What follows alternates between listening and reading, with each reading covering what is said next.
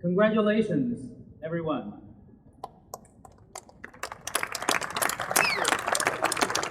This year, I have the pleasure of introducing our commencement speaker, Paul Goldberger. Called the leading figure in architecture criticism, Paul Goldberger is now a contributing editor at Vanity Fair. From 1997 through 2011, he served as the architecture critic for The New Yorker, where he wrote the magazine's celebrated Skyline column. He holds the Joseph Urban Chair in Design and Architecture at the New School in New York City, and was formerly the Dean of the Parsons School of Design, a division of the New School. He began his career at the New York Times, where in 1984, his architecture criticism was awarded the Pulitzer Prize for the distinguished criticism, the highest award in journalism. He is the author of several books, most recently, Why Architecture Matters.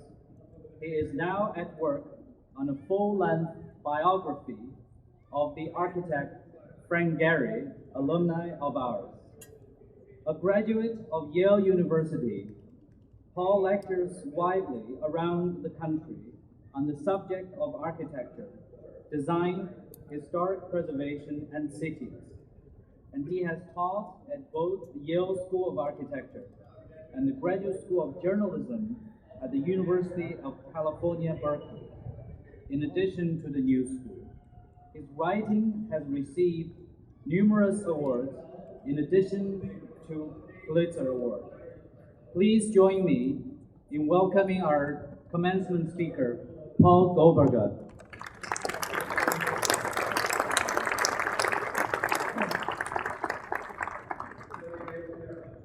Thank you very much, Dean Ma, and congratulations to everyone. You finished your coursework, you finished your studios, so now your education can begin. I say that not to disparage or to question anything you've been doing over the last few years at USC, but just to acknowledge what's been the reality of almost everyone's life, which is that you'll learn all kinds of things in the next few years that you never imagined or that you never knew that you didn't know. Some of them will be good, perhaps richer and deeper knowledge of great architecture and great work than you've had before. Perhaps the extraordinary feeling of connecting with a client and discovering that, wonder of wonders, you actually have met their needs, that you actually have excited and inspired them and made something they love that will improve their lives. I hope that every one of you has that fantastic feeling, which is one of the reasons people choose to be an architect. But there are other things you'll discover, and they're not so good. The most important is one that you probably already know, which is that even in the greatest and most meaningful careers, even in a life spent fulfilling your passion, even in that, there are days of drudgery and days of frustration. Things don't work out. Jobs are lost. Contractors are horrible. Clients fight with you. Zoning and planning boards harass you. And building departments stifle you. All of these things are going to happen. I guarantee it. And if you reach a point where you're doing work that attracts the attention of critics, they may misunderstand you. At least you will think they do, and that will make you only more frustrated. I know better, of course, and I know that the critics are almost always right, but that's another discussion for another day. For now, my point is just to be prepared for the frustration that comes from any career spent in the real world. It will happen, It always does. The greatest challenge to your spirit, however, will not be the big fights you get into with contractors or clients or building inspectors, but to the much more insidious challenge of the everyday, which is to say the banality of everyday work. Fights, after all, can be exciting. They can get your blood boiling. An awful lot of the process of making architecture is not exciting. It's boring. It's dreary. It consists of taking an idea, maybe your boss's, and making it into documents that allow it to work in the world. This is not, of course, a problem unique to architecture. There's no work that doesn't have its dreary and difficult component, its component that makes all your dreams about creativity seem like nothing more than naive, romantic nonsense. Well, to a certain extent, these dreams are naive, romantic nonsense, but hold on to them. Please hold on to them. We're all going to be in real trouble if you give them up. I'm saying all this because I want you to know that there will be days when you will wonder why you became an architect. When you'll ask yourself, what could you have been smoking when you decided to embark on a career that pays relatively little, demands a huge amount from you, and allows you only occasionally the creative license that got you into it in the first place. You're sitting there working on details for bathroom hinges or doorknobs in a building you had no creative input on. And you don't think that much of it anyway, and you ask yourself, why did you get into this? Well, we know it wasn't to get rich. Sorry about that, parents.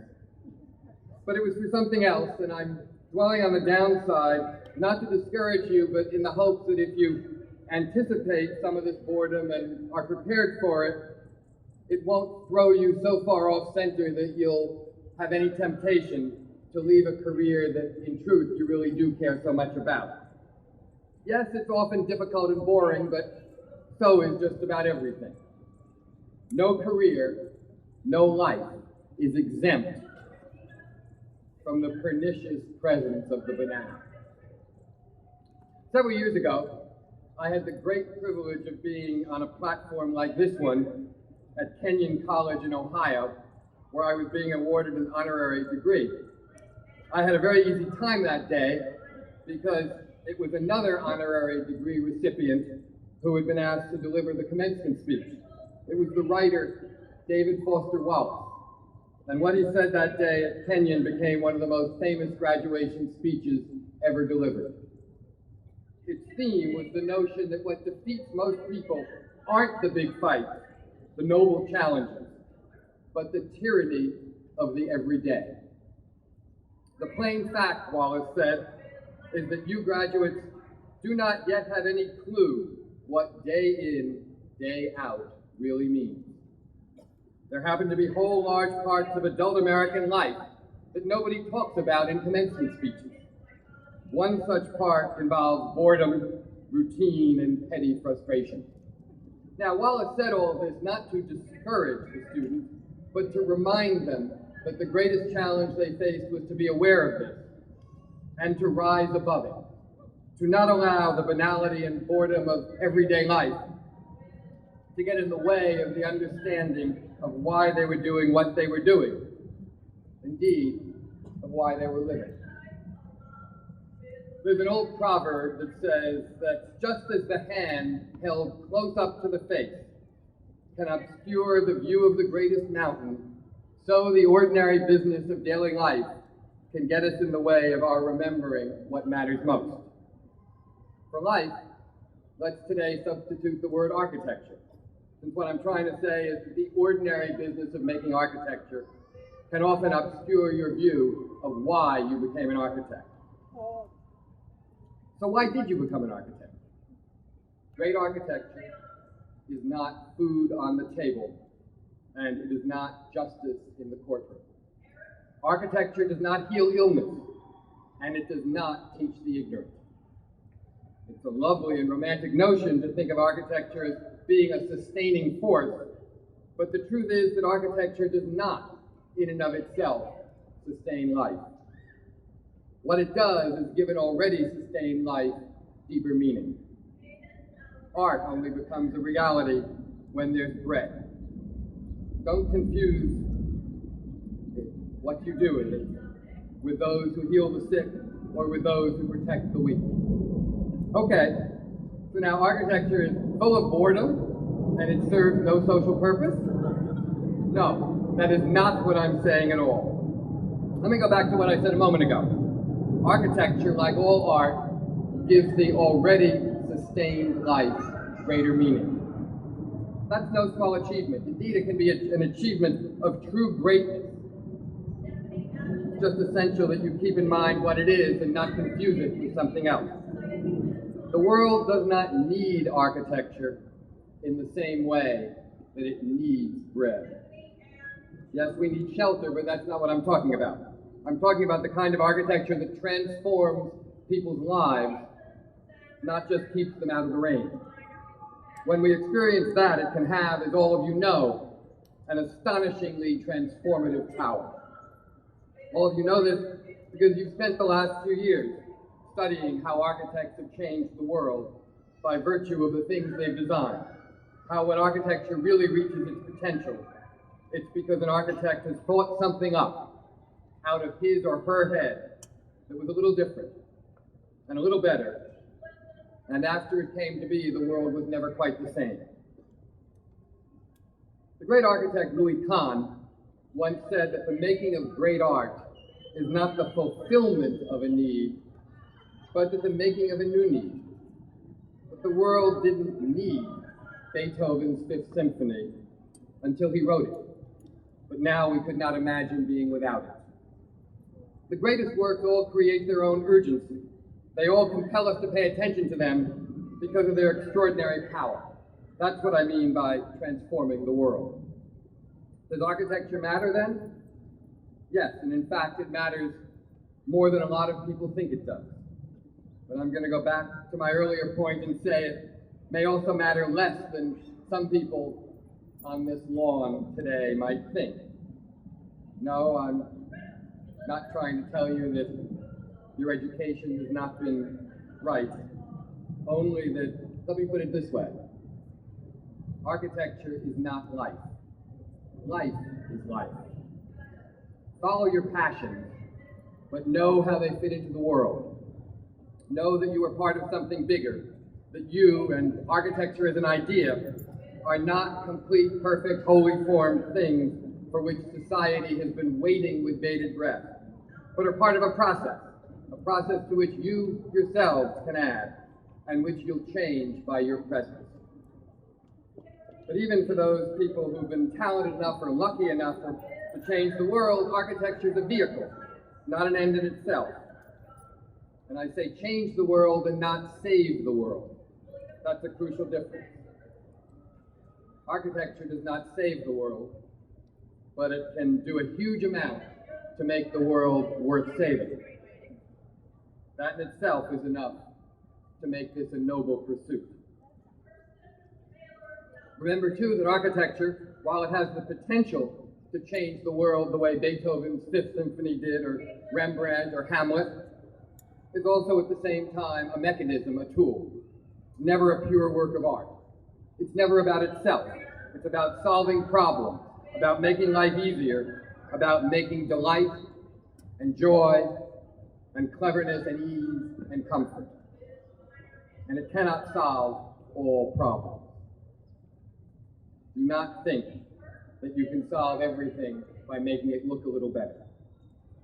But you can solve an awful lot that way, and I hope that you will.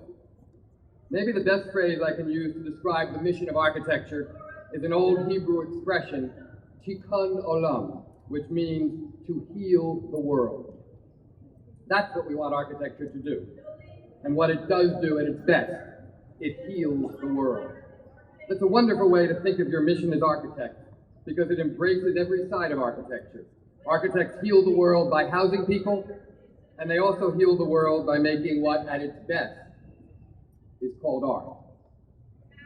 Now, lately I've been spending a lot of time with a graduate of this program here at USC, who preceded you by a couple of years. a man by the name of Gehry. You might have heard of him. Right, as Dean Moss said, I'm working on a biography of him, and although I've known his work for a long time, I've come to see it differently as I trace all of it chronologically and try to give form to telling the story of the long arc of his life.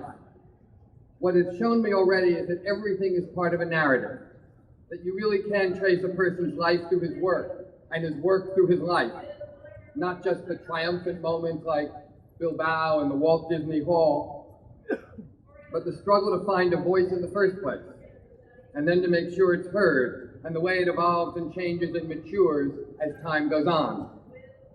I've been discovering that Frank Gehry's buildings are not just a series of extraordinarily beautiful and inventive forms, but also in every way a narrative of his life. From the early work where you can almost feel the frustration at having to do commercial things, to the later work where he finds his voice, a more gradual process than you might think, and even then a remarkable series of ups and downs far from a straight trajectory. Not every career leaves as clear an autobiographical trail as Frank Gehry's, but it is still true that there is really only one story that any of us tells through his work, and it's our own. We are born, we live, and we die. As creative people, the world you make, the work you hope will help to heal the world, that is your story. You've spent your education thinking about architecture. Now, may you go forth and tell your story. Congratulations to you all.